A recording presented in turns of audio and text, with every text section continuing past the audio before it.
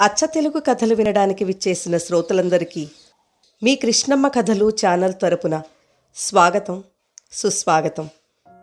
ఈ వీడియోలో మీరు శ్రీమతి ఎద్దనపూడి సులోచనారాణి గారి కీర్తి కిరీటాలు నవల 3వ భాగాన్ని వినబోతున్నారు.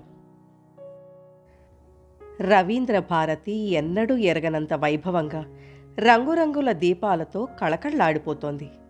మిలమిలలాడుతున్న ఆ దీప తోరణాలతో పోటీ పడుతున్నట్టుగా నిగనిగలాడుతున్న ఖరీదైన రంగురంగుల కారులు ఆవరణమంతా కిక్కిరిసినట్టుగా నిలబెట్టున్నాయి. ఇంకా ఆటో, టాక్సీలు రివ్వున గేటులో నుంచి దూసుకుని వస్తూనే ఉన్నాయి. అక్కడ నిలబడిన ట్రాఫిక్ పోలీసులు వాటిని చూడగానే గట్టిగా విజిల్స్ ఊదుతూ త్వరగా జాగా ఖాళీ చేయమని హెచ్చరిస్తున్నట్టుగా తొందర చేస్తున్నారు. మెట్లెక్కి లోపలికొస్తే కారిడార్స్ అన్నీ కిటకిటలాడుతూ లోపలికి వెళ్లడానికి హడావుడి పడుతున్న జనంతో నిండి మనిషి మెసలడానికి సందు లేకుండా ఉన్నాయి. ఆ జనసముద్రంలో నుంచి ఎలాగో తప్పించుకుంటూ ఎంతో కష్టం మీద ఇన్విటేషన్ ఉన్నవారిని పంపించే మొదటి ద్వారం దగ్గరకు వచ్చిన తేజ అక్కడ గుంపుగా తోసుకుంటున్న జనాన్ని చూసి వెనక్కి తిరిగి ఇంటికి వెళ్ళిపోదామా అనుకుంటూ తటపటాయిస్తూ నిలబడ్డాడు. ఆ జనం, ఆ తొక్కిసలాట చూస్తుంటే అతనికి లోపలికెళ్లడం అసంభవం అనిపించసాగింది. ఇంతలో ఏదో పని మీద బయటకొచ్చి క్యాంటీన్ వైపు హడావుడిగా వెళ్లబోతున్న గోపాలం దూరంగా నిలబడి ఉన్న తేజాని చూడగానే జనం మధ్యలో నుంచి సందు చేసుకుని గబగబా వచ్చి చటుక్కున తేజ చేయి పట్టుకున్నాడు. వచ్చావా నువ్వు? ఈ జనం చూసి ఆ గేటు దగ్గర నుంచి తిరిగి పారిపోయావేమోనని అనుకుంటున్నాను, రారా అంటూ మళ్ళా జనాన్ని తప్పించుకుంటూ తోసుకుంటూ గుమ్మం వైపు నడిచాడు. గోపాలాన్ని చూడగానే ఎవరెవరు, గోపాలం గారు, ఇదిగో మిమ్మల్నే అంటూ చాలామంది పిలవసాగారు. అతను అందరికీ వస్తున్నా, ఒక్క నిమిషం అంటూ జవాబులు చెబుతూ తేజాని తీసుకెళ్తున్నాడు. గుమ్మం దగ్గర నల్లగా గుమ్మటంలా ఉన్న స్థూలకాయుడైన ఒక ఆయన బొంగురు కంఠంతో బిగ్గరగా అరుస్తూ లోపలకు వెళ్లనివ్వమని వాలంటీర్తో ఘర్షణ పడుతున్నాడు. ఏమిటయ్యా నీ ఆటకాయింపు? ఎవరనుకున్నావు నన్ను? మీ సావనీర్కి పెద్ద అడ్వర్టైజ్మెంట్ ఇచ్చాను నేను.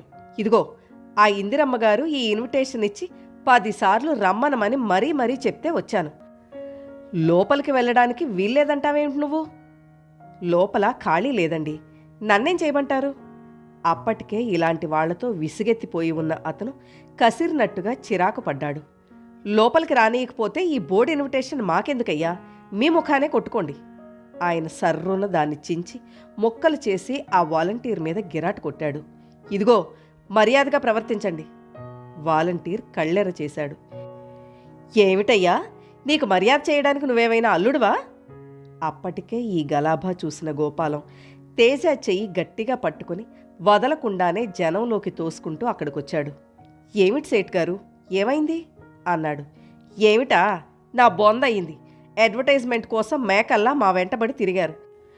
ప్రోగ్రాంకి రమ్మని పిలిచి కూర్చునే చోట్లేదు పొమ్మంటున్నారు.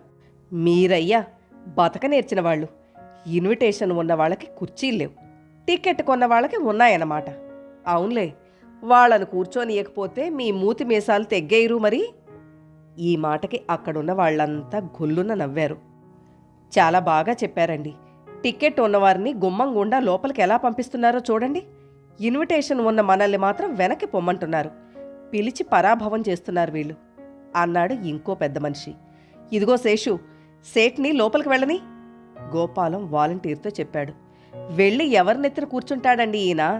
అక్కడ ఖాళీ లేదు ముర్రో అంటే వినరే? కుర్చీలు నిండిపోగానే ఎవరిని లోపలికి రానివద్దని భానుమూర్తి గట్టిగా చెప్పాడు మాకు. ఆయనకి నేను చెప్తానులే. గోపాలం అడ్డంగా పెట్టి ఉంచిన అతని చేతిని తీసేశాడు. నాకే వెళ్ళండి, పంపమంటే వరండాలో ఒక్కరు కూడా మిగలకుండా లోపలికి పంపుతాను. అతను కోపంగా మళ్లీ చెయ్యి అడ్డుపెట్టే లోపలే ఒక 10 మంది లోపలకు తోసుకుని వెళ్ళిపోయారు. వాలంటీర్ చెప్పింది నిజమే. లోపల కుర్చీలన్నీ నిండిపోయి ఉన్నాయి.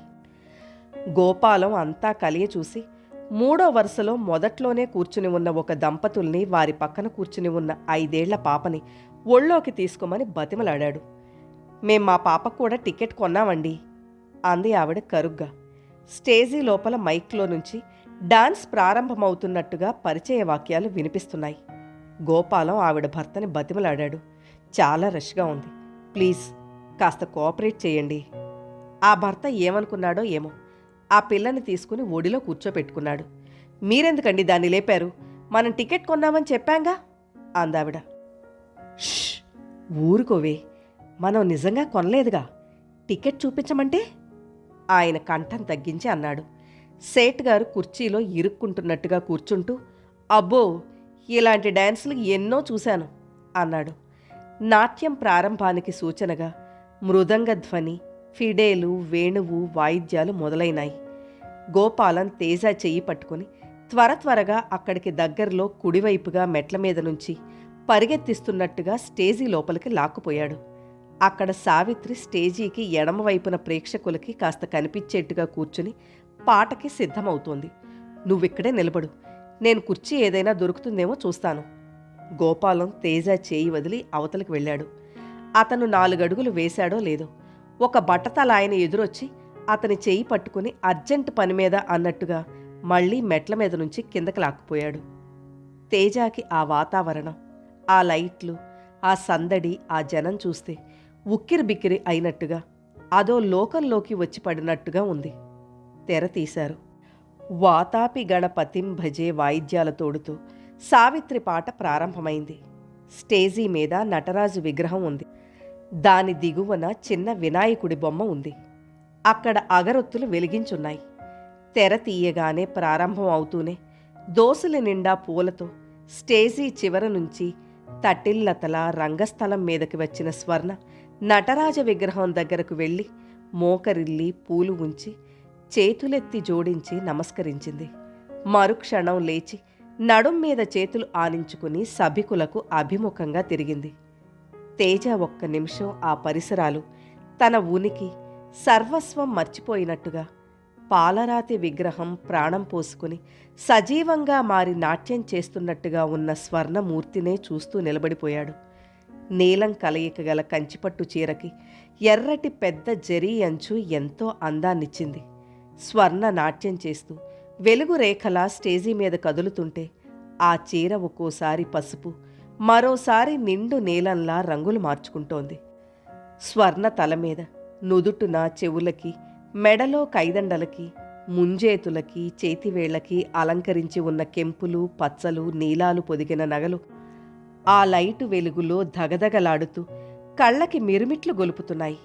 వాటిని మించినట్టుగా ఆకాశంలో ఉన్న నక్షత్రాలన్నింటిలోని వెలుగునంతా పోగుచేసి తెచ్చుకున్నట్టుగా విశాలంగా ఉన్న కనుదోయి మెరుపులు కురిపిస్తోంది.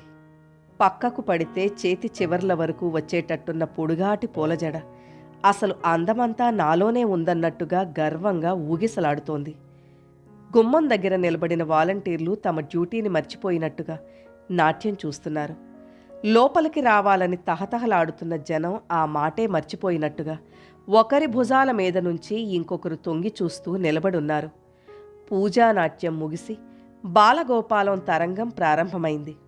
పట్టుచీర నిగనిగతో, రాళ్ల నగల మెలమెలతో లావణ్యం, అందం, ఆరోగ్యం, ఐశ్వర్యం ఒక్కచోట సమకూడినట్టుగా అపురూపంగా చైతన్య స్రవంతిలా ఉన్న స్వర్ణ రూపాన్నే అందరూ మైమరిచినట్టుగా తిలకిస్తున్నారు.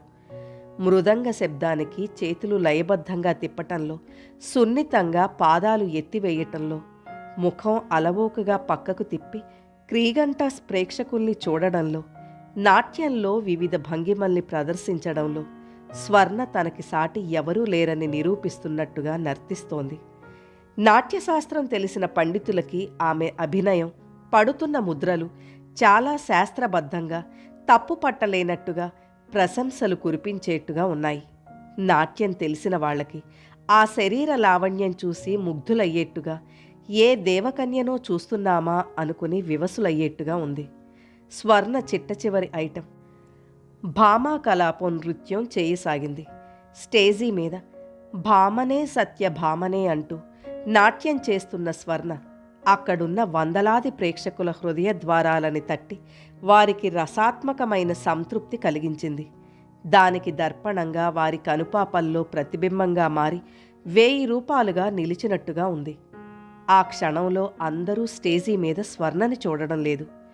నే తాళలేనే ఓయమ్మా అంటూ వయ్యారంగా పూలజడని ముందుకు వేసుకుని ఒక చెయ్యి నడుం మీద ఆనించి మరో చేతితో విసుగుని ప్రదర్శిస్తూ నుదుట తాకించి పాదాలు ఎత్తి అలవోకగా అడుగులు వెనక్కి వెనక్కి వెళుతుంటే సమ్మోహనంగా ఉన్న ఆ రూపంలో అందరికీ కేవలం ఆ సత్యభామే కనిపిస్తోంది. ఆ కళ్ళలో విసుగు, ఆ ముఖంలో ఆశాభంగం, కృష్ణుడి కోసం ఎదురుచూసి అలసిపోయిన అలసత్వం, ఈ వియోగం ఇక భరించలేననే విరహం, అంతలోనే కోపం, అంతలోనే ఆశ, అంతలోనే నిరాశ. ఈ విభిన్న భావాలని స్వర్ణ అత్యద్భుతంగా ప్రదర్శిస్తోంది. ఆ నిమిషంలో అక్కడున్న అందరూ ఎవరికి వారే నేను అనే అస్తిత్వం మర్చిపోయి నాట్యం చూడడంలో లీనమైపోయారు. ఆ క్షణంలో వారికి స్వర్ణ దివి నుండి భువికి దిగివచ్చిన దేవదూతగా మారి నిత్యం ఏవేవో సమస్యలతో, చిరాకులతో, ఆవేదనలతో, ఆశాభంగాలతో జీవితపు గుదిబండకి భారంగా వేళ్లాడే వారి మనసుల్ని చేతులతో ఎత్తి నిష్కల్మషమైన ఆనందం, అనిర్వచనీయమైన తృప్తి, సుఖం అనే మేఘాలలోకి తీసుకెళ్ళిపోయినట్టుగా ఉంది. అదొక చిత్రమైన రసాత్మకమైన అనుభూతి, ఎప్పుడో కాని అనుభవంలోకి రాని ఆత్మసంతృప్తి. దానికి నాట్యం కాని, గానం కాని, రచన గాని, శిల్పం గాని, ఏ కళలోనైనా నిష్ణాతులైనంత మాత్రాన చాలదు. ఏ కోటి మందిలోనో ఏ ఒక్కరికో తప్ప అందరికీ సాధ్యం కాని, అందరూ పంచి ఇవ్వలేని అపురూపమైన వరం అది. అక్కడున్న వందలాది మంది ప్రేక్షకులు స్వర్ణ చేస్తున్న నాట్యంలో తాము కూడా ఒక భాగంగా ఐక్యమైపోయినట్టుగా, మంత్రించినట్టుగా ముగ్ధులై చూస్తుండగా స్వర్ణ డాన్స్ ముగించి చేతులెత్తి సభికులకు నమస్కారం చేసి శిల్పంలా నిలబడిపోయింది. వెంటనే తెర పడిపోయింది. అందరూ ఒక్కసారిగా ఈ లోకంలోకి వచ్చినట్టుగా అయ్యారు. మరుక్షణంలో ఆ ప్రదేశమంతా సుదీర్ఘమైన కరతాళ ధ్వనులతో మారుమోగిపోయింది. స్వప్నావిష్ణుడిలా నిలబడిపోయిన తేజ వర్షంలా కురుస్తున్న ఆ ధ్వనికి ఉలిక్కిపడి మేల్కొన్నట్టుగా చుట్టూ కలియ చూశాడు. స్టేజీ మీద గోపాలం మరో ఇద్దరితో కలిసి గబగబా టేబుల్ వేసి ఫ్లవర్ వాజ్ పెట్టి కుర్చీలు తెచ్చివేశాడు. మరో 5 నిమిషాల్లో మళ్లీ తెర తీశారు. ఈసారి వేదిక మీదకి గవర్నర్ గారొచ్చి అలంకరించారు. స్వర్ణ కూడా స్టేజీ మీదకు వచ్చింది. స్వర్ణని చూడగానే సభికులు ఆనందంతో మరొకసారి కరతాళ ధ్వనులు చేశారు. పూలదండలు వేసే కార్యక్రమం చకచకా ముగిసింది. గవర్నర్ గారు ఇంగ్లీష్లో తమ ప్రసంగం కొనసాగిస్తూ మన దేశం కళలకు ఎంత నిలయమో, మన నాట్యశాస్త్రం ఎంత ప్రాచీనమైనదో, దాన్ని ఆదరించి ప్రోత్సహించాల్సిన బాధ్యత మన మీద ఎంత ఉందో పాఠం అప్పచెప్పినట్టుగా మాట్లాడి సభికులకి గుర్తు చేశారు. చిరంజీవి స్వర్ణలత ఇంకా అభివృద్ధి సాధించి పేరు ప్రతిష్టలు తెచ్చుకోవాలని కోరుతూ ఆశీర్వదించారు. 40 సాంస్కృతిక సంఘాలు కలిసి తయారు చేయించి ఇచ్చిన పురివిప్పిన వెండి నెమలిని మెమెంటోగా చేతికి అందిస్తూ గవర్నర్ గారు స్వర్ణకి నాట్యమయూరి అనే బిరుదు ప్రకటించారు. ఒక్క క్షణం అక్కడంతా మెరుపులు మెరిసినట్టుగా ఫ్లాష్ బల్బులు వెలిగాయి. ప్రేక్షకుల్లోంచి మరోసారి కరతాళ ధ్వనులు జల్లు కురిసింది. అదే సమయంలో స్వర్ణ నిలబడిన చోటున సరిగ్గా తన పైన అంతక్రితమే ఈ సమయం కోసం అమర్చి ఉంచిన పువ్వుల పొట్లాం తాడుని స్టేజీ లోపల నుంచి ఎవరో గట్టిగా లాగారు. పొట్లాం విడిపడింది. మల్లెలు, గులాబీలు పూల జల్లుగా స్వర్ణ తలమీద కురిశాయి. ఇది చూడగానే ప్రేక్షకులు ఆనందోత్సాహాలతో చప్పట్లు మారుమ్రోగించారు. స్వర్ణ మృదుమధురమైన తన మాటలతో గవర్నరు గారికి, సభికులకి, సన్మానించిన వారికి కృతజ్ఞతలు తెలియచేసింది. ప్రోగ్రాం ముగిసింది. గవర్నర్ గారు వెళ్ళిపోవడానికి బయలుదేరడంతో ఇందిరమ్మగారు, కిషోర్ ఆయన్ని సాగనంపడానికి వెంట బయటికెళ్లారు. సావిత్రి బృందం స్టేజీకి ఆ చివరన ఉంది. స్వర్ణని ఎవరో పిలవడంతో ఇటువైపుగా వచ్చింది. తల నెరిసిన పండు ముత్తైదు ఒక ఆవిడ స్వర్ణని దగ్గరకు పిలిచి నుదుటి మీద ముద్దు పెట్టుకుంది. స్వర్ణ ఆవిడికి నమస్కరించి ఏదో అంటోంది. ఆవిడ నవ్వుతూ స్వర్ణ భుజం మీద తట్టి మెచ్చుకున్నట్టుగా మాట్లాడుతోంది. ఇంతలో దాదాపు ఒక 20-30 మంది వయసులో ఉన్న అమ్మాయిలు, అబ్బాయిలు గుంపులుగా బిలబిల్లాడుతూ అక్కడికొచ్చారు. వాళ్ళు స్వర్ణని చుట్టుముట్టి ఆటోగ్రాఫ్స్ అడిగారు. స్వర్ణ నవ్వుతూ విసుగు లేకుండా గబగబా సంతకాలు చేస్తోంది. తేజ అక్కడి నుంచి వెళ్ళిపోవడానికి త్వరపడుతున్నట్టుగా మెట్ల వైపు రాబోయాడు. కాని అప్పటికే క్రింద ఉన్న జనంలో చాలామంది తోసుకుని ప్రవాహంలా పైకొచ్చేస్తున్నారు. వారిని తప్పించుకోవడానికి తేజ వెనక్కు రాక తప్పలేదు. వాళ్లంతా వచ్చి చేరడంతో స్వర్ణ చుట్టూ ఉన్న గుంపు మరింత పెద్దదైంది. చుట్టూ గోడ కట్టేసిన ఆ జనం మధ్య స్వర్ణ ఒంటరిగా నిలబడి సంతకాలు చేస్తోంది. వెనక్కి రావటంతో తను కూడా ఆ గుంపు మధ్యగా స్వర్ణ దగ్గరగా అయిపోయాడు. ఆ జనాన్ని తప్పించుకుని బయటకు వెళ్లడానికి ప్రయత్నించి సాధ్యం కాక ఓర్మితో వాళ్లు దారి ఇవ్వడం కోసం వేచి చూస్తున్నట్లుగా ముళ్ల మీద నిలబడినట్టుగా చిరాకుగా నిలబడ్డాడు. ఒక అతను ఆటోగ్రాఫ్ చేసి పుస్తకం అందిస్తున్న స్వర్ణ చేతిని పుస్తకంతో పాటు గట్టిగా పట్టుకొని చటుక్కున చేతిని ఎత్తి ముద్దు పెట్టుకుంటూ "I love you madam, I love you" అన్నాడు ఆవేశంగా. "థ్యాంక్ యూ" నవ్వుతూ ఇబ్బందిగా చూసింది స్వర్ణ. "అతనే కాదండి, మేమంతా కూడా. You are our dream girl, all of us love you." ఇంకో అతను స్వర్ణ చెయ్యి లాక్కుని పెదాలకు ఆనించుకుంటూ కొంటెగా చూశాడు. స్వర్ణ అతని చెయ్యి వదిలించుకుంది. ఆ చెయ్యి యథాస్థానంలోకి వచ్చే లోపలే మరో అతను అందుకున్నాడు. అతని వెంట ఇంకో అతను, అతని చేతిలో నుంచి మరో అతను. తర్వాత 5 నిమిషాల్లో స్వర్ణ చెయ్యి విరామం లేకుండా అక్కడున్న వారి చేతుల్లో చిక్కిడి నలిబిలైపోసాగింది. స్వర్ణ నవ్వడానికి ప్రయత్నిస్తూ చెయ్యి వదిలించుకోవడానికి చేసిన ప్రయత్నం ఫలించలేదు. చెయ్యి నొప్పి పుట్టి కళ్లల్లో నీళ్లు తిరగడానికి సిద్ధమవుతున్నాయి.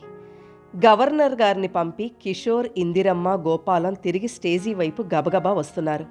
అక్కడ కొంతమంది కిషోర్ని అటకాయించారు. వారిలో మీసాలు ఉన్నతను కిషోర్ భుజం మీద చేయి వేసి మరీ ఆపాడు. "సార్, ఈ డాన్స్ చూడాలనే ఆశతో, ఎంతో ఇష్టంతో మీరు పెట్టిన ఖరీదైన టికెట్స్ కొన్నాం. వచ్చిన వాళ్లలో సగం మందికి పైగా బయటే మిగిలిపోయాం. మేం డాన్స్ చూడలేదు. మా డబ్బు మాకు వాపస్ ఇవ్వడం మీకు ధర్మం అంటున్నాను" అంటూ అతను మర్యాదగానే జేబులో నుంచి చించని టిక్కెట్లు తీసి చూపించాడు. కిషోర్కి అతను భుజం మీద చేయి వేసి ఆపడంతో చెప్పలేనంత ఆగ్రహం వచ్చింది. అతని చేతిని పురుగులా విదిలిస్తూ "వెళ్ళి ఆ భానుమూర్తిని అడగండి, నాకు తెలీదు" అన్నాడు విసురుగా. భానుమూర్తి ఇక్కడ ఉండి మా కంటికి కనిపిస్తే మక్కెలు విరక్కొట్టి ఉండేవాళ్ళం. ఆ సంగతి అతనికి బాగా తెలుసు. అందుకే కడుపులో నొప్పిగా ఉందనే వంకతో ప్రోగ్రాం మధ్యలోనే పరారీ అయ్యాట. మీరు టికెట్లు చూపితే డబ్బు వాపస్ ఇస్తామని మైక్లో అనౌన్స్ చేయటం మంచిది. లేకపోతే ఇక్కడ ఇప్పుడు గొడవ జరిగేట్టుంది. చేసుకోమను, వాళ్ల ఒంటికి తిమ్మిరుంటే వదులుతుంది. నిర్లక్ష్యంగా అన్న కిషోర్ అతని ఛాతీ మీద చెయ్యి వేసి అవతలకి తోశాడు. అతను పడబోయి ఆపుకున్నాడు. "సార్, రవీంద్ర భారతిలో ఉన్న సీట్లకి 4 రెట్లు టికెట్లు అమ్మి మీరు సొమ్ము చేసుకుని పోలీసుల లాఠీలతో మమ్మల్ని దూరంగా ఉంచడం మీలాంటి పెద్ద మనుషులు చేయాల్సిన పని కాదు. షటప్, యూ షటప్" అరిచాడతను. "ఏమిట్రా పేలుతున్నావు?" కిషోర్ అతని చొక్కా పట్టుకున్నాడు. "ఏమిట్రా నువ్వు కూసావు?" అతను రెట్టించాడు. ఈ మాట అనగానే అతని చెంప చెళ్ళుమంది. ఒక్క నిమిషం స్తబ్దుడైనట్టు చూశాడతను. అతని వెంట ఉన్న 2 కుర్రాళ్లు గబాల్న వచ్చి కిషోర్ చేతులు వెనక్కి లాగి పట్టుకున్నారు. కోపంతో మండిపోతున్న కిషోర్ ఎదురుగా ఉన్న అతన్ని బూటుకాలెత్తి తన్నాడు. అతను కిషోర్ మీద కలియబడ్డాడు. మరుక్షణం అక్కడంతా పరుగులు, కేకలు, అల్లరి, అరుపులతో నిండిపోయింది. గోపాలం కిషోర్ని వాళ్ల నుంచి విడదీయడానికి, సర్ది చెప్పడానికి విశ్వ ప్రయత్నం చేయసాగాడు.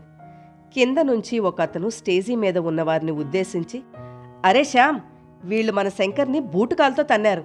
ఆ ప్రోగ్రాం వాళ్ళని అక్కడి నుంచి కదలనీకు" అంటూ గొంతు చించుకున్నట్లుగా అరిచాడు. స్టేజీ మీద స్వర్ణ చుట్టూ మూగి ఉన్న గుంపులో ఉన్న ఆడపిల్లలు ఈ గలాటా చూసి భయపడి అక్కడి నుంచి వెళ్ళిపోవడానికి తొందరపడసాగారు. ఇదే అదన అన్నట్టుగా కొంతమంది మగపిల్లలు వాళ్లని అందిన చోట తాకుతూ, గిల్లుతూ, కితకితలు పెడుతూ, తోపులాట సాగుతున్నట్టుగా వాళ్ల మీదకొచ్చి పడసాగారు. అలాంటి వారిని తప్పించుకునే ప్రయత్నంలో ఒక అమ్మాయి వచ్చి స్వర్ణ మీద పడడంతో స్వర్ణ వచ్చి తేజ మీద పడింది. స్వర్ణకి అతన్ని చూడగానే కాస్త పెద్ద మనిషి తరహాగా కనిపించాడు. వెంటనే అతని చెయ్యి గట్టిగా పట్టుకుంటూ "ఇక్కడ చాలా గొడవ అయ్యేట్టుగా ఉంది. మా వాళ్లంతా అక్కడెక్కడో ఉన్నారు. నేను కాస్త బయటకు వెళ్ళడానికి సాయం చేస్తారా ప్లీజ్" అంది అర్థిస్తున్నట్టుగా. ఆ క్షణంలో స్వర్ణ అక్కడున్న మిగతా అందరి ఆడపిల్లల్లాగానే బీతహారిణిలా నిస్సహాయంగా ఉంది. ఇంతలో ఇంకెవరో అతను వచ్చి స్వర్ణ మీద పడబోయాడు. తేజ కుడిచేయి చాచి స్వర్ణకి అతనికి మధ్య గీతలా అడ్డుగా పెట్టాడు. అవతల వ్యక్తి తేజ చేతిమీద పడి స్వర్ణని ఆనుకోవాలని చూశాడు. కాని తేజ చేత్తో బలంగా అవతలకి నెట్టడంతో సాధ్యం కాక మిర్రి మిర్రి చూసి వెళ్ళిపోయాడు. పదండి అన్నాడు స్వర్ణతో. స్వర్ణ అతని ముందు నడవసాగింది. తేజ స్వర్ణ వెన్నంటినట్టుగా నడుస్తున్నాడు. స్వర్ణని చూసిన కొంతమంది ఆగి తొలగి నిలబడి దారిచ్చారు. మెట్లు దిగి ఆడిటోరియం గుమ్మం దాటి కారిడార్లో కాస్త దూరం వచ్చిన ఇద్దరూ ఆగిపోయారు. అక్కడ పరిస్థితి ఇంకా ఘోరంగా ఉంది. అక్కడకు దగ్గరలో ఉన్న క్యాంటీన్ మీద పడి లాక్కొచ్చిన లిమ్కా సీసాలు గాల్లో ఎగురుతున్నాయి. గాజు గ్లాసులు బద్దలవుతున్నాయి. ఆడవాళ్ల అరుపులు, పిల్లల ఏడుపులు, మగవాళ్ల కేకలతో ఆ ప్రదేశం అంతా నానా గందరగోళంగా బీభత్సంగా ఉంది. ఎవరికి వారే ప్రాణాలు అరచేతిలో పెట్టుకుని ఇక్కడ్నుంచి బయటపడడం ఎలారా భగవంతుడా అన్నట్లుగా ఆందోళనగా భీతిగా చూస్తున్నారు. స్వర్ణ చూస్తుండగానే లిమ్కా సీసా ఎగురుతూ సూటిగా వచ్చి అది తనకి తగిలినట్టుగానే భయపడిన స్వర్ణ వెనక్కి తగ్గి దాన్నుంచి తప్పించుకోవడానికా అన్నట్టుగానే చప్పున పక్కకి తిరగడంతో ఆ సీసా స్వర్ణ భుజం మీద నుంచి బాణంలా దూసుకెళ్లి వెనక ఉన్న స్త్రీ ముఖానికి కొట్టుకుంది. ఆమె పెట్టిన వెర్రికేక, చేతులు ఎత్తి లబలబలాడుతూ కళ్ళు తెరవలేనట్టుగా ఏడుస్తున్న దృశ్యం చూసేవాళ్లకి చివ్వున కళ్లలో నీళ్లు ఉబికేలా ఉంది. క్షణంలో తనకు తప్పిన ఆపదని చూసి నిశ్చేష్టురాలైనట్టు చూస్తోంది. అదిగో ఆ డాన్సర్ వెళ్ళిపోతోంది, ఆవిడ్నాపండి, ఆవిడికి కాబోయే ముగుడే మన సెక్కర్ని తన్నింది. ఎవరో స్వర్ణని చూసి అరిచారు. ఒక అతను వెంటనే స్వర్ణ చెయ్యి పట్టుకోబోయాడు. కాని తేజ చెయ్యి గుప్పెడుగా మారి వేగంగా వెళ్లి అతని ముఖాన బలంగా తాకటంతో అతను వెనక్కి తూలిపడ్డాడు. స్వర్ణ భయంగా తేజాకి మరింత దగ్గరగా జరిగింది. తేజ చెయ్యి స్వర్ణ భుజాల చుట్టూ పడి పొదివి పట్టుకుంది. వెనక్కు వెళ్లడానికి వీల్లేదు. ముందుకి కాలు సాగించడానికి సందులేదు. ఆ అరుపులు, ఏడుపుల మధ్య ఇద్దరూ నిలబడిపోయారు. స్వర్ణకి అంగరక్షకుళ్లా నిలబడిన తేజ మీద కసితో విసిరినట్లుగా ఎవరో సగం పగిలిన గాజు గ్లాసు విసిరారు. అది తేజాకి వెనక నుంచి వచ్చి తల మీద టపీమని తగిలింది. హఠాత్తుగా బలంగా తగిలిన ఆ దెబ్బకి అతడికి ప్రాణం గిలారిపోయినట్టుగా అనిపించింది. ఒక్క క్షణం కళ్ళు బైర్లు కమ్మినట్టయి తనెక్కడున్నాడో ఏం చేస్తున్నాడో స్పృహపోయినట్టుగా అయింది. చేయి ఎత్తి తల పట్టుకున్నాడు. దెబ్బ తగిలిందా? స్వర్ణ భయంగా అడుగుతున్న మాటలు అతన్ని మరుక్షణంలో ఈ లోకంలోకి తెచ్చాయి.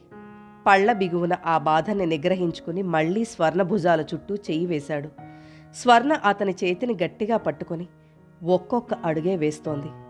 అప్పటికి అతి కష్టం మీద అల్లరి మొకల్ని పక్కకు నెట్టి దారి చేసిన పోలీసులు ఆడపిల్లల్ని నడవండమ్మా నడవండి అని తొందర చేయసాగారు. స్వర్ణ తేజ చేయిని గట్టిగా పట్టుకునే ఉంది. ఇద్దరూ ఎలాగైతేనే ఒక జీవితకాలం భరించినట్టుగా ఉన్న ఆ ప్రమాదం నుంచి, బీభత్సం నుంచి ఆ కారిడార్ని దాటి ముఖద్వారం చేరుకుని బయటకొచ్చారు. స్వర్ణ గట్టిగా ఊపిరి పీల్చుకుంటూ తేజ చేతిని వదిలింది.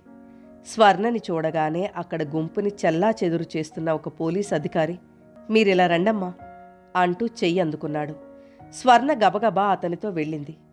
ఎదురుగా మెట్లు దిగువన పోలీస్ కారు ఒకటి నిలబడి ఉంది. స్వర్ణని చప్పున అందులో ఎక్కించి తలుపు వేసేశాడతను. కారు కదిలింది. స్వర్ణ వెనక్కి తిరిగి చూసింది. అద్దంలోంచి మెట్ల మీద నిలబడి ఉన్న అతను కనిపిస్తున్నాడు.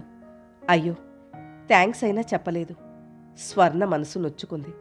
మెట్ల మీద నిలబడి ఉన్న తేజ దగ్గరికి గోపాలం పరిగెత్తుకొచ్చాడు. అతని క్రాఫ్ చెదిరుంది. షర్టు చిరిగి వేళ్లాడుతోంది. తేజ, స్వర్ణెక్కడా? ఆయాసంతో వగరుస్తూ అడిగాడు. అదిగో ఆ కారులో వెళ్ళింది. గేటు తాటుతున్న పోలీస్ కారు చూపించాడు. వెళ్ళింది కదా. అమ్మయ్యా, ఈ రోజుకి స్వర్ణకి చాలా ప్రమాదం తప్పింది. బాప్రే, ఏమిట్రా ఆ రక్తమంతా? దెబ్బ తగిలిందా? గోపాలం కళ్ళు పత్తికాయల్లా చేసి తేజ షర్టు వైపు చూశాడు. తేజ అప్పుడు గాని గమనించలేదు. ఛాతీ మీద షర్టంతా రక్తంతో తడిసుంది. అతను తల వెనక తడుముకుంటున్నాడు. కుడి చేతి వైపు తలలో వెనకగా గాయమైంది. జుట్టంతా తడితడిగా ఉంది. కుడి చెవి క్రింద నుంచి మెడ మీద రక్తం దార కడుతోంది. దెబ్బ బాగా తగిలినట్టుంది. ఇంకా రక్తం బాగా వస్తోంది. నువ్విక్కడే ఉండు, నేనిప్పుడే కారు తీసుకొస్తాను, డాక్టర్ దగ్గరికి వెళ్దాం అంటూ మెట్లు దిగి పరిగెత్తాడు. రక్తపు తడితో ఛాతీకి అంటుకుపోయిన షర్టుని వేళ్లతో వదులుగా లాక్కుంటున్న తేజాకి గుండెల మీద గుండీకి దగ్గరగా ఏదో మెరుస్తూ కనిపించింది. అతను దాన్ని వేళ్లతో లాగి చూశాడు. త్వరగా ఊడి రాలేదు. షర్టు నుంచి గుండీ విప్పి చేతుల్లోకి తీసుకుని పరీక్షించాడు. ముత్యాల జూక, స్వర్ణది కాబోలు. గుండీకి చిక్కుబడినట్టుంది. తేజ షర్టు గుండీ నుండి దాన్ని విడదీసి మళ్లీ గుండీ పెట్టుకున్నాడు. గోపాలం కారు తీసుకొచ్చి ఆపి రమ్మని చెయ్యి ఊపాడు. తేజ వచ్చి కారులో కూర్చున్నాడు. చాలాసేపటి నుంచి రక్తం పోతూ ఉండడం వల్లనో ఏమో అతని తల దిమ్ముగా ఉంది. అలసటగా వెనక్కి ఆనుకుంటూ కూర్చుంటున్న అతను జూకా ఉన్న అరచేతిని గోపాలం వైపు చూపాడు. ఏమిటది? ఎక్కడిది? జూకా చూస్తూ గోపాలం అడిగాడు. మీ స్వర్ణది. నా గుండీకి చిక్కడినట్టుంది, ఆవిడికిచ్చేయి, కళ్ళు మూసుకుంటూ అన్నాడు తేజ. అతని మనసు తుఫానులో చిక్కుకున్న ఓడలా ఉంది. గదిలో ఉన్న టెలిఫోన్ మోగుతోంది. తెల్లటి శాటిన్ రిబ్బన్తో జుట్టు కట్టుకుని అద్దం ముందు నిలబడి మెడ మీద ముఖానికి పౌడర్ అద్దుకుంటున్న స్వర్ణ ఒక్క క్షణం చేస్తున్న పని ఆపి చిరాకుగా ఫోన్ వైపు చూసింది. స్వర్ణ ఆశించినట్టుగా అది కొద్దిసేపు మోగి ఎవ్వరూ తన గొడవ పట్టించుకోవడం లేదన్నట్టుగా ఆగిపోలేదు. మీరెంత ముఖ్యమైన పనిలో ఉన్నా సరే ముందు అర్జెంటుగా నా దగ్గరికి రండి అని గోల పెడుతున్నట్టుగా ఆగకుండా గణగణలాడుతూనే ఉంది. స్వర్ణ వెళ్ళి ఫోన్ తీసింది. హలో. ముఖంలో విసుగు కంఠంలో ప్రతిధ్వనించనీయకుండా జాగ్రత్త పడుతూ అంది. అవతల నుంచి బదులు పలికిన కంఠం వినగానే స్వర్ణ ముఖంలో చిరాకు మాయమై ఆనందంతో ప్రఫుల్లమైంది. హలో ఆంటీ, నువ్వా? నయమే సుమా, నేనసలు ఫోన్ తీయకూడదని అనుకున్నాను. ఎందుకా? అబ్బబ్బా, పొద్దుట్నుంచి ఒకటే ఫోన్ కాల్స్, ఊపిరాడనీయటం లేదు. జవాబు లేక చచ్చిపోతున్నాననుకో. నిజమే ఆంటీ, అదంతా వాళ్ల అభిమానంతో కలిగిన ఆతురతే, నేను కాదనడం లేదు. కానీ ఒక్కసారి నా సంగతి కూడా ఆలోచించు. రాత్రంతా నిద్ర లేదు. పడుకునేసరికి తెల్లవారుజాము అయింది. మంచి నిద్రలో ఉండగా ఈ ఫోన్స్ మొదలయ్యాయి. అమ్మ చాదస్తా నీకు తెలుసుగా, అందరికీ నన్నే జవాబులు చెప్పి కృతజ్ఞతలు తెలియచెప్పమంటుంది. అప్పుడు వాళ్ళకి చాలా సంతృప్తిగా ఉంటుందట. నేనంటే అభిమానం రెట్టింపు అవుతుందిట. అవునాంటీ, రాత్రి చాలా గొడవయింది. నువ్వు రాకపోవడమే చాలా మేలైందనుకో. అబ్బా, గుర్తుకొస్తే ఇప్పటికీ నా కాళ్ళు వణుకుతూనే ఉన్నాయి. మేమెవ్వరం ఇలా జరుగుతుందని కల్లో కూడా అనుకోలేదు. అనుకునుంటే అమ్మ నన్ను అసలు వదిలి వెళ్లేదే కాదు. నాకేం ప్రమాదం జరగలేదు. పాపం, ఎవరో ఒకతను దేవుళ్ళ నా వెంటే ఉండి ఆ జనంలోంచే నన్ను క్షేమంగా బయటకొచ్చేలా సాయం చేశాడు. పాపం, నా మూలంగా అతనికి దెబ్బ కూడా తగిలింది. ఈ మాటలు కృతజ్ఞతగా అంటుంటే స్వర్ణ కంఠంలో ఏదో అడ్డుపడ్డట్టుగా అయింది. రాత్రి నుంచి తను ప్రమాదంలోంచి బయటపడ్డానని కిషోర్ అమ్మ ఆనందపడుతుంటే ఆ అపరిచిత వ్యక్తికి కనీసం కృతజ్ఞత అయినా చెప్పుకోకుండా హడావుడిగా వచ్చేశానే అనే కించ స్వర్ణ మనసులో లోలోపల పీకుతూనే ఉంది. రాత్రి పీడకలలా జరిగిన ఆ ప్రమాదంలో, ఆ జనం ఒత్తిడిలో ఇక్కడ్నుంచి బయటపడితే చాలురా భగవంతుడా అనే భయంతో తనసలు సరిగ్గా అతని ముఖం వైపే చూడలేదు. ఒకవేళ ఇంకెప్పుడైనా అతను ముఖాముఖి ఎదురుపడినా తను గుర్తించలేదు. ఉదయం నుంచి తన క్షేమం గురించి ఆదుర్దా పడుతూ ఫోన్ చేసిన వాళ్లలో చాలామంది అపరిచితులున్నారు. వారిలో ఎవరైనా అతనేమోనని ఆశపడిన స్వర్ణ ప్రతివారికి రాత్రి తనని దైవంలా రక్షించిన వ్యక్తిని గురించి చెబుతూనే ఉంది. కానీ వారిలో ఏ ఒక్కరూ ఆ వ్యక్తిని నేనేనని అనలేదు. స్వర్ణ తన అలంకరణ విషయం, రిపోర్టర్స్ వస్తున్నారు, వారితో నువ్వు మాట్లాడాలి, త్వరగా తయారై కిందికిరా అని కిషోర్ చేసిన హెచ్చరిక ఆ రెండూ పూర్తిగా మర్చిపోయిన దానిలా అక్కడున్న స్టూల్ ఒకటి కాలితో దగ్గరికి లాగి దానిమీద కూర్చొని తీరికగా రాత్రి రవీంద్ర భారతిలో గొడవ ప్రారంభమైనప్పటి నుంచి తను మళ్లీ బయటకొచ్చి పోలీస్ వ్యాన్లో కూర్చునే వరకు జరిగిందంతా రాజ్యలక్ష్మికి కళ్లకు కనిపించేట్టుగా వర్ణించి చెప్పసాగింది. అసలు సంగతి ఏంటో తెలుసా ఆంటీ? మధ్యలో కంఠం తగ్గించి రహస్యం చెబుతున్నట్టుగా అంది. ఇదంతా ఆ మూర్తిగారు చేసిన పనట. అమ్మకి పోటీగా ఎలక్షన్లో నిలబడుతున్న ఆ రంగరాజు లేడు, ఆయన వాడికి వత్తాసుట. రాత్రి పోలీసులు కొంతమంది గూండాలను అరెస్ట్ చేశారు. వాళ్ళని తంతే ఈ నిజం చెప్పారుట. కిషోర్ ఆ రంగరాజుకి బుద్ధి చెప్పందే నిద్రపోనని అంటున్నాడు. ఈ తగాదా ఎంతవరకు వెళుతుందో ఆ దేవుడికే తెలియాలి మరి. నాకు మాత్రం రాత్రి సంఘటన గుర్తుకొస్తే జీవితంలో పెద్ద ఆపద నుంచి తప్పించుకుని క్షేమంగా బయటపడినట్టుగా అనిపిస్తోంది. స్వర్ణ చెబుతుండగా ఇంతలో గదిలోకి గోపాలం వచ్చాడు. స్వర్ణ ఫోన్లో మాట్లాడుతూనే అవతల వైపు తల తిప్పింది. కింద రిపోర్టర్స్ వెయిట్ చేస్తున్నారు. కిషోర్ గారు మిమ్మల్ని త్వరగా రమ్మంటున్నారు అన్నాడు. వస్తున్నా అన్నట్టుగా చేత్తో సౌజ్ఞ చేసింది. గోపాలం తిరిగి వెళ్ళిపోతున్న వాడల్లా గుమ్మం దగ్గర ఏదో గుర్తుకొచ్చినట్టుగా ఆగి జేబులు తడుముకొని వెనక్కి తిరిగి వచ్చాడు. స్వర్ణ ఫోన్లో మాట్లాడుతూ అంటోంది, ఆంటీ, మీరంతా చూపిస్తున్న ఈ అభిమానం చూస్తుంటే ఈ క్షణంలో నాకు చచ్చిపోవాలని అనిపిస్తుంది. నిజం ఆంటీ. ఇంతమంది మనుషుల్లో ఇంత ఆత్మీయత సంపాదించుకోవడం కంటే అదృష్టం ఇంకేం ఉంటుంది? అవతల నుంచి ఆవిడ మందలింపుగా పెట్టిన చివాట్లు విని స్వర్ణ కిలకిలా నవ్వింది. సరే ఆంటీ, సరే. నీకలాంటి మాటలు వినడం అంత కష్టం ఇంకెప్పుడు అనను. ప్రామిస్ అంటున్నాగా. నీ దగ్గరికి రావడమా? స్వర్ణ తలెత్తి గోడకున్న గడియారం చూసింది. ఇప్పుడు 10 అయిపోతోంది. కింద రిపోర్టర్స్ వెయిట్ చేస్తున్నారు ఆంటీ. 12 గంటలకి అమ్మ క్లబ్లో నిన్న నాకు సన్మానం చేసిన సాంస్కృతిక సంఘాల కార్యదర్శులందరికీ లంచ్ ఇస్తోంది. చూస్తాను. సాయంత్రం లోపల ఏదో ఒక టైం చూసుకుని తప్పకుండా నీ దగ్గరికి వస్తాను. ప్రామిస్, సరేనా అని వాగ్దానం చేసి ఫోన్ పెట్టేసింది. ఆ క్షణంలో స్వర్ణ ముఖం ఆనందంతో, గర్వంతో, తృప్తిగా వెలిగిపోతున్నట్టుగా ఉంది. తనెంత అదృష్టవంతురాలు! అందరికీ తనంటే ఎంత అభిమానం! తనకి కాస్త ప్రమాదం జరిగిందని తెలిసేసరికి కంగారు పడుతున్నారు. తన క్షేమం గురించి తెలుసుకోవాలని ఆరాటపడుతున్నారు.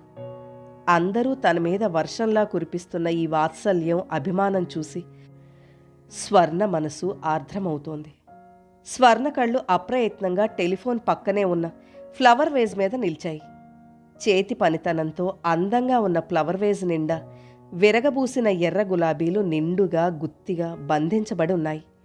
చేయి చాచి వేళ్ల కొనలతో మృదువుగా, అతి సున్నితంగా ఉన్న వాటి రేకులను తాకి నిమిరింది.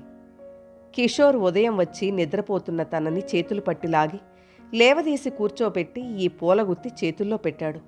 స్వర్ణ, ఈరోజు మనిద్దరి జీవితాల్లో అతి ముఖ్యమైన రోజు అన్నాడు. ఎందుకట? ఏమిటి విశేషం? అంది నిద్రమత్తుగా చూస్తూ. నువ్వు లేచి త్వరగా తయారైరా, చెప్తాను అంటూనే రెక్కపట్టి లేవదీసి లాక్కెళ్ళి బాత్రూం వైపు తోశాడు. చూడు, 10 నిమిషాలే నీకు టైం. నేనింకా కాఫీ కూడా తాగలేదు. దేవిగారి కోసం ఎదురు చూస్తున్నాను. నా సహనం కాఫీ తాగక ముందు పరీక్ష చేయవద్దని మనవి. నేను బలహీనుణ్ణి, దేనికోసం వేచి చూడలేని మామూలు మనిషిని అంటూ హెచ్చరించాడు. కిషోర్ మాటలు గుర్తురాగా నవ్వు ముఖంతో డ్రెస్సింగ్ టేబుల్ వైపు వస్తుండగా గోపాలం వెనక నుంచి పిలిచాడు. స్వర్ణ, రాత్రి మీ చెవిచూకా పోయింది కదూ అన్నాడు. స్వర్ణ ఆగి అతని వైపు చూసింది. అవును, ఏ అంది. రాత్రి ఇంటికి రాగానే నగలు తీసేటప్పుడు స్వర్ణ చెవిచూకా పోయినట్టుగా తెలుసుకుంది. తల్లికి వెంటనే చెప్పేసింది కూడా. పోన్లే, పోతే పోయిందిలే వెదవజూక. నీకు దిష్టి తీసి గిరాటు కొట్టాననుకుంటాను అంది ఇందిరమ్మగారు. కానీ మమ్మీ, అది ఆంటీ ఇచ్చిన జోక. స్వర్ణ నసిగింది. రాజ్యలక్ష్మి స్వర్ణ బర్త్డేకి తన నగల్లోంచి ఆ జోకాలు తీసి బహుమతిగా ఇచ్చింది. అవి ఆవిడ ఇవ్వటమే కాకుండా చాలా బావుండడంతో స్వర్ణ మనసులో పీకుతూనే ఉంది. గోపాలం చేతిలో నుంచి తీసి పట్టుకున్న పొట్లను తెరిచి దానిలో ఉన్న ముత్యాల జూకాన్ని తీసి అక్కడున్న టెలిఫోన్ ప్రక్కగా పెట్టాడు. రాత్రి ఆ జనంలో నుంచి మిమ్మల్ని బయటకు తీసుకొచ్చింది ఎవరో కాదు, నా స్నేహితుడే. వాడి గుండీకి అది పట్టుకుంది, మీకివ్వమనిచ్చాడు. స్వర్ణ సంభ్రమంగా చూసింది. ఆ ముఖంలో ఆశ్చర్యం, ఆతురత తొంగి చూశాయి. ఏంటి, అతను మీ స్నేహితుడా అంది. అవును, అసలు నిన్నవాడు ఊరెళ్ళిపోవాల్సింది. మీ ప్రోగ్రాం చూడమని మేం బలవంతంగా ఆపాం. సావిత్రి మరీ గొడవ చేసి పట్టుబట్టడంతో కాదనలేకపోయాడు. అతను మీ ఫ్రెండా? స్వర్ణ ఆశ్చర్యంగా అంటూ ముత్యాల జూకాని చేతిలోకి తీసుకుంది.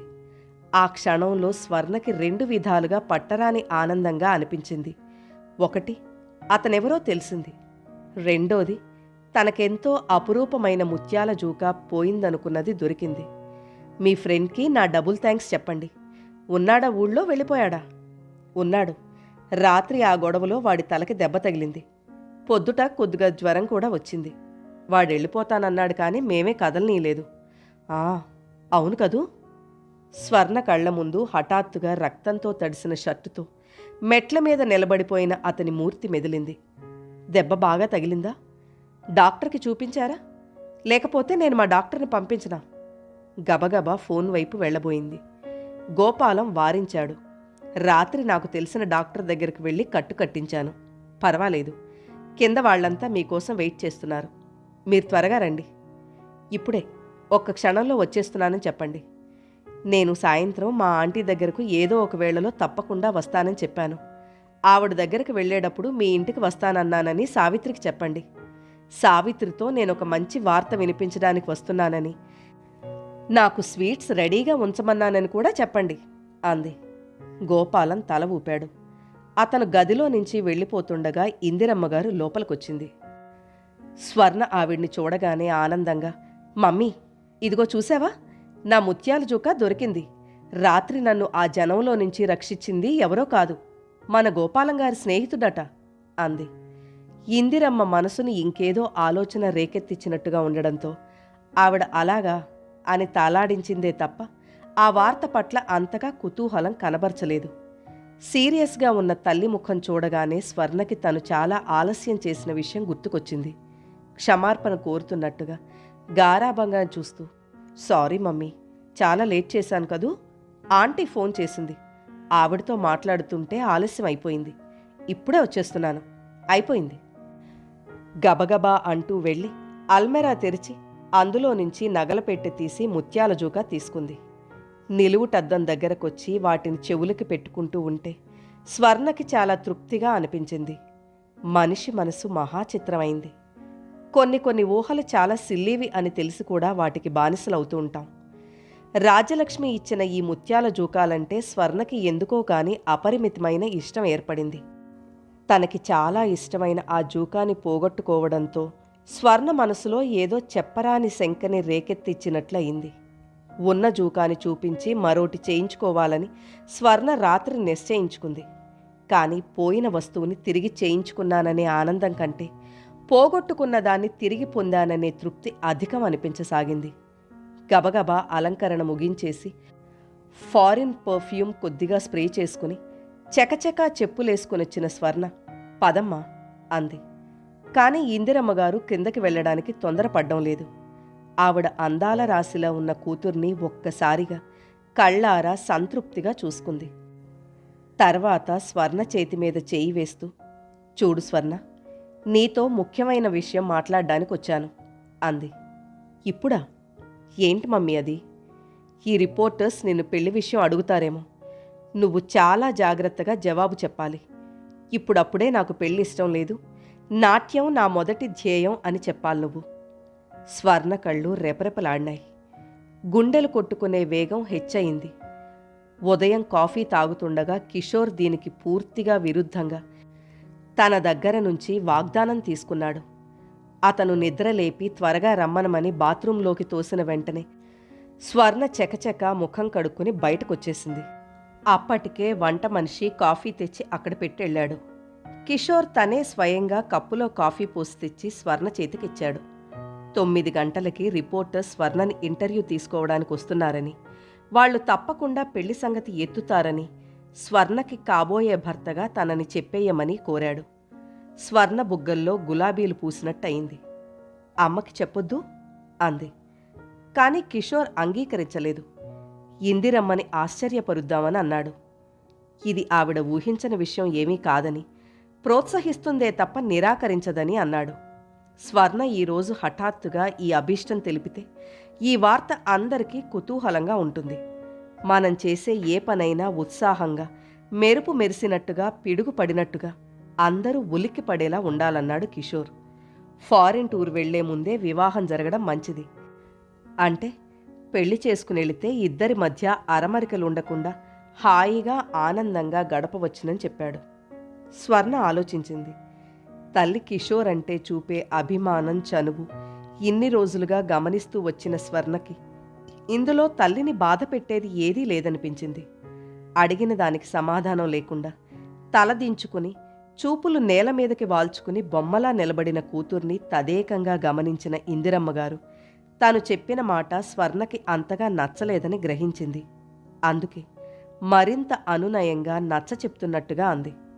చూడు తల్లి, నీకు బుద్ధి తెలిసినప్పటినుంచి నేను చెప్తూనే ఉన్నాను. ఇప్పుడు ఇంకోసారి మళ్ళీ చెప్తున్నాను. నువ్వు అందరి ఆడపిల్లల్లా కాదు. నాకు కూతురిగా పుట్టడం నీ ప్రత్యేకత. నీకు తల్లినవ్వడం నా అదృష్టం. నేను నీ మనసుని తెలుసుకోవడం లేదని పొరపాటుగా కూడా అనుకోవద్దు. కిషోర్ అంటే నీకెంత ఇష్టమో నాకు తెలుసు. నాకు కూడా అతనంటే అభిమానమే. కానీ అతను ఫారిన్లో చాలా సంవత్సరాలు ఉండొచ్చాడు. 4 రోజుల క్రితం మీ నాన్నగారి పేరిట వచ్చిన ఉత్తరంలో స్వర్ణ చివ్వున తలెత్తి అసహనంగా చూసింది. మమ్మీ, నువ్వు ఆ ఆకాశరామన్న ఉత్తరం నమ్ముతున్నావా? అది తప్పకుండా ఆ మూర్తిగాడి పనే అయ్యుంటుంది.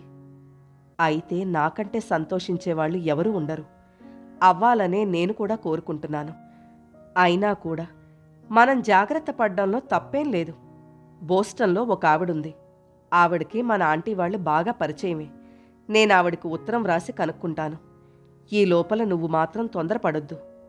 మమ్మీ, మనమిలా అనుమానం పడుతున్నామని తెలిస్తే కిషోర్ మన వాకిట్లో కూడా రాడేమో. ఆ మాట వినగానే ఇందిరమ్మకి ఒళ్ళు మండింది. స్వర్ణ తన బాగుకోరే తల్లివైపు కాకుండా నిన్న మొన్న వచ్చిన కిషోర్ వైపే ఎక్కువ ఆలోచించడం ఆవిడ భరించలేకపోయింది. కాని తన కోపం స్వర్ణ ముందు బయటపడనీయలేదు. అందుకే కదమ్మా మనం కిషోర్ దగ్గర ఈ ప్రసక్తి తీసుకురావద్దనుకుంటోంది. ఈ ఉత్తరమే లేకపోతే నేనే స్వయంగా ఈ రోజున వాళ్లతో కిషోర్ నా కాబోయే అల్లుడని చెప్పేసి ఉండేదాన్ని. ఇది కేవలం నీ భవిష్యత్ కోసం, నీ క్షేమం కోసం ఆలోచించి చేస్తున్న పని అని నువ్వు తెలుసుకోవాలి. ఇంకోటి కూడా నీకు చెప్తున్నాను. రిపోర్టర్స్ నిన్ను ఈ పెళ్లి గురించి అడిగినప్పుడు నువ్వు పొరపాటుగా కూడా నా వైపు కానీ కిషోర్ వైపు కానీ చూడొద్దు. ఇది నీ ఉద్దేశమే అన్నట్టుగా మాట్లాడాలి. వాళ్లని, కిషోర్ని నమ్మించగలగాలి. ఏ సరేనా? స్వర్ణ అలవాటుగా సరేనన్నట్టుగా తల ఊపింది. కాని తల్లి మాటలతో మళ్లీ సందిగ్ధ భావంలో పడింది. ఆవిడ ఈ మాటలను తనకు ముందే చెప్పి ఉంటే కిషోర్కి పొరపాటును కూడా వాగ్దానం చేసుండేది కాదు. తల్లికి కిషోర్ అంటే ఇష్టమే. కాని వెధవ ఉత్తరమే ఈ అనుమానం తెచ్చిపెట్టింది. ఇప్పుడేం చేయటం? తల్లి మాటని మన్నించడమా, లేక కిషోర్ని కాదనడమా? కిషోర్ అంటే తలమునకలయ్యేంత ప్రేమలో ఉన్న స్వర్ణకి తల్లి భయం అర్థం లేని అనుమానంగా అనిపించింది. ఇందిరమ్మగారు కూతురు వెంట రాలేదు. వాళ్లకి టిఫిన్, కాఫీ ఏర్పాటు చేసే నెపంతో వంట ఇంటివైపు వెళ్ళింది. స్వర్ణ డ్రాయింగ్ రూంలోకొచ్చింది. అక్కడ 4-5 కూర్చునున్నారు. కిషోర్ వాళ్లతో మాట్లాడుతున్నాడు. వాళ్ళంతా స్వర్ణని చూడగానే విష్ చేశారు. స్వర్ణ అందరికీ నమస్కారం చేసింది. కిషోర్ వాళ్ల 4 పేరు పేరున స్వర్ణకి పరిచయం చేశాడు. రిపోర్టర్స్ చాలా ఉత్సాహంతో స్వర్ణతో సంభాషణకి దిగారు. స్వర్ణని ఇంటర్వ్యూ చేయడం అంటే వాళ్ళకి చాలా సరదా. ఒకసారి చెప్పిన మాటకి మరో ఇంటర్వ్యూలో అంటున్న సంగతి బొత్తిగా పొంతన లేకుండా మాట్లాడుతుంది. ఒకసారి నాకసలు దేవుడంటే నమ్మకమే లేదంటుంది. మరోసారి నేను చాలా భక్తిపరురాలనని, ఉదయం లేవగానే దేవుడికి నమస్కరించందే ఉండలేనని అంటుంది. ఒకరి దగ్గర తనకి చాలా ఇష్టం అని చెప్పిన విషయం మరొకరి దగ్గర వట్టి బోర్ అంటుంది. ఒక రిపోర్టర్ దగ్గర మాట్లాడినట్టు మరొకరి దగ్గర మాట్లాడదు. రకరకాలుగా ఉన్న ఈ విభిన్న అభిప్రాయాలు విన్నవాళ్లు ఈ అమ్మాయిలో అందమే తప్ప తెలివితేటలు శూన్యం అని అనుకునేలా చేస్తుంది. కానీ కాస్త జాగ్రత్తగా పరిశీలించి స్వర్ణని దగ్గర నుంచి గమనించిన ఎవరికైనా స్వర్ణ ఆ విధంగా మాట్లాడడంలో అమాయకత్వం కాకుండా ఎదుటివారిని తికమక పెట్టి తమాషా చూసే చిలిపి స్వభావమని గ్రహించేస్తారు. వాళ్లు రకరకాలుగా గబగబా అడుగుతున్న ప్రశ్నలకి స్వర్ణ తడుంకోకుండా చెప్తున్న జవాబులన్నింటినీ కిషోర్ చిరునవ్వుతో వింటున్నాడు. ఇందిరమ్మగారు స్వర్ణని తర్పీదు చేసిన తీరు సామాన్యమైనది కాదని అతను అనుకుంటున్న సంగతి మరొకసారి రూఢిగా తెలిసింది. చివరికి కిషోర్, స్వర్ణ ఇద్దరూ ఎదురు చూస్తున్న ప్రశ్న వారిలో ఒకరి నోటి వెంట రానే వచ్చింది. మేడం, ఇంత చిన్న వయసులో మీరింత పేరు ప్రతిష్టలు, డబ్బు సంపాదించుకున్నారు. మిమ్మల్ని ఆంధ్రదేశంలో యువకులు ఎంతోమంది ఆరాధ్య దేవతగా భావిస్తారని మాకు తెలుసు. ఇంతమంది హృదయాల్ని దోచుకున్న మీ మనసులో ఎవరైనా? స్వర్ణ చూపు రెప్పపాటుగా కిషోర్ ముఖం వైపు మళ్ళినాయి. అతని కళ్ళు లాలనగా ప్రేమగా చూసినాయి. ఆ చూపుల్లో మహత్యం ఏమిటో కాని స్వర్ణకి జీవితంలో మొట్టమొదటిసారిగా తల్లిని ఖాతరు చేయాలని అనిపించలేదు. తల్లి చేసిన హెచ్చరిక, వేడుకోలు పక్కన పెట్టేసింది. కిషోర్ని సంతోషపెట్టడమే తన ఆనందం అనిపించింది. ఇదిగో, నా కలలో రాజకుమారుడు ఇక్కడే ఉన్నాడు. మేం త్వరలోనే పెళ్లి చేసుకోబోతున్నాం. కిషోర్ వైపు వేలు పెట్టి చూపిస్తూ అనేసింది. ఈ వార్త వాళ్ళు ఊహించనిదేం కాదు. అయినా సరే, ఓ అంటూ అప్పుడే మొట్టమొదటిసారిగా తెలుసుకున్నంత ఆశ్చర్యం నటిస్తూ ఇద్దరికీ అభినందనలు తెలిపారు. స్వర్ణని, కిషోర్ని పక్కపక్కన నిలబడమని గబగబా ఫోటోలు తీయసాగారు. ఇందిరమ్మ అక్కడికొచ్చింది. కంగ్రాచులేషన్స్ ఇందిరమ్మ గారు, మీ అమ్మాయికి పెళ్లి కాబోతున్న శుభవార్త విన్నాం. కిషోర్ లాంటి వ్యక్తిని అల్లుడుగా పొందబోతున్న మీరు అదృష్టవంతులు. రిపోర్టర్స్ నలుగురు స్వర్ణని మర్చిపోయినట్టుగా ఆవిడ చుట్టూ చేరారు. ఎంగేజ్మెంట్ ఎప్పుడండి? పెళ్ళి ఎలా చేయాలనుకుంటున్నారు? మన మామూలు సాంప్రదాయకంగానా లేక రిజిస్టర్ మ్యారేజా? మీ అమ్మాయిని చాలా అపురూపంగా పెంచుకున్నానని ఇదివరకు ఓసారి ఇంటర్వ్యూలో నాతో అన్నారు. ఇప్పుడు అందరి ఆడపిల్లల్లా మీ అమ్మాయికి కూడా మీరు పెళ్లి చేస్తున్న ఈ సందర్భంలో మీకెలా అనిపిస్తోంది? ఇన్ని రకరకాల ప్రశ్నలతో వాళ్ళు ఆవిడని ఉక్కిరిబిక్కిరి చేస్తున్నారు. కానీ ఇందిరమ్మ గారికి ఈ మాటలేవి వినిపించడం లేదు. ఆవిడ ముఖం పాలిపోయినట్టుగా ఉంది. ఆవిడ రెప్ప వాల్చకుండా స్వర్ణ వైపే చూస్తోంది. స్వర్ణ ముఖంలో తల్లి చూపుల్ని ఎదుర్కోలేనట్టుగా కంగారు, తొట్రుపాటు కనిపించింది. ఇది చూసిన కిషోర్ చప్పున తను కల్పించుకుంటూ, నా మాట ఒకటి వినండి. ఇప్పటి వరకు ఈ విషయం నాకు కూడా తెలీదు. ఇది పూర్తిగా స్వర్ణ అభీష్టం అంటూ కంగారు నటించాడు. చాలా అన్యాయం సార్. మీ మనసులో మాట తెలుసుకోకుండానే స్వర్ణ ఆ మాట చెప్పారంటారా? అఫ్కోర్స్ అనను, కానీ మా వివాహం ఇందిరమ్మ గారు సరేనంటే గాని జరగదు. భలేవారే, స్వర్ణలత తల్లికి తెలియకుండా ఆవిడ ఇష్టానికి వ్యతిరేకంగా ఏ పని చేయదని మాకు బాగా తెలుసు. అయినా ఆ అనుమానం కూడా ఎందుకు? ఆవిడ్నే అడుగుదాం. ఏవండి ఇందిరమ్మ గారు, ఈ పెళ్లి మీ ఇష్టంతో జరుగుతుందా లేక మీ అమ్మాయి నిర్ణయమా? ఇందిరమ్మగారు తదేకంగా చిరునవ్వుతో చెక్కు చెదరకుండా నిలబడి ఉన్న కిషోర్ వైపే చూస్తోంది. ఆగ్రహం బిగపట్టుకున్నట్లుగా ఆవిడ ఉచ్ఛ్వాస నిశ్వాసాలు వేగమైనాయి. కిషోర్ తెలివిగా స్వర్ణని లోబర్చుకున్నాడు. అతి తెలివిగా తనని మాట్లాడలేని ఇరుకును పెట్టేశాడు. అయినా సరే ఆవిడ ఆవేశపడలేదు. లోకజ్ఞానం అంతా కూడదీసుకున్నట్టుగా తమాయించుకు నిలబడింది. బలవంతంగా చిరునవ్వు తెచ్చుకుంటూ, మా స్వర్ణ సంతోషమే నాకు ముఖ్యం. పెళ్లి విషయంలో నిర్ణయం దానికే వదిలేశాను అంది. వెరీ గుడ్, చాలా మంచి పని చేశారు. అందరూ మరోసారి ఆవిడ్ని అభినందించసాగారు. ఆవిడ వాళ్ళని వారిస్తూ ఖచ్చితంగా చెబుతున్నట్టుగా, కానీ ఒక్క విషయం, మా స్వర్ణ త్వరలో ఫారిన్ టూర్ వెళ్ళబోతోంది. పెళ్లి ఈ లోపల మాత్రం జరగదు. స్వర్ణ తిరిగి రాగానే నేనే మీ అందరినీ పిలిచి చెప్తాను. దయ ఉంచి మీరు మాత్రం ఈ లోపల ఈ వార్తకి ప్రాముఖ్యం ఇచ్చి ప్రచురించొద్దు ప్లీజ్ అంది. అలాగేనండి, తప్పకుండా అన్నారు వాళ్ళంతా. స్వర్ణ, కిషోర్ ముఖాలు చూసుకున్నారు. కథలోని తరువాయి భాగాన్ని నెక్స్ట్ వీడియోలో వినండి. కథ నచ్చితే లైక్ చేయండి. మీరు లైక్ చేయడం వల్ల మరింత మందికి ఈ కథలు చేరతాయి.